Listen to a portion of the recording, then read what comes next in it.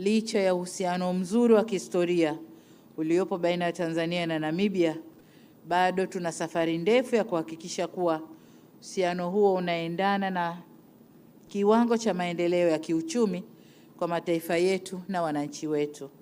Ni ukweli usiopingika kuwa ushirikiano wetu kwenye nyanja ya kiuchumi bado ni mdogo. Mathalan, mwaka 2024 biashara kati yetu ilikuwa na thamani ya shilingi za Kitanzania 20 bilioni tu au US dola milioni 7.8. Kwa msingi huo, leo kwenye mazungumzo na Rais Ndaitwah tumekubaliana namna ya kukuza ushirikiano wa kiuchumi pamoja na maeneo mengine ya kimkakati kama vile usalama wa chakula, uchumi wa buluu na upande wa madini, mafuta na gesi.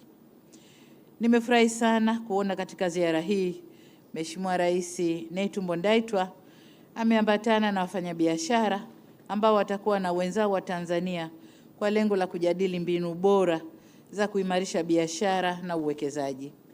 Hivyo ni matumaini yetu kuwa baada ya ziara hii ushirikiano wetu wa kiuchumi utaimarika zaidi. Nitumie fursa hii kuhamasisha wafanyabiashara wa Tanzania kuchangamkia fursa nyingi za biashara na uwekezaji zilizopo nchini Namibia na Wanamibia kuja Tanzania kufanya hivyo hivyo.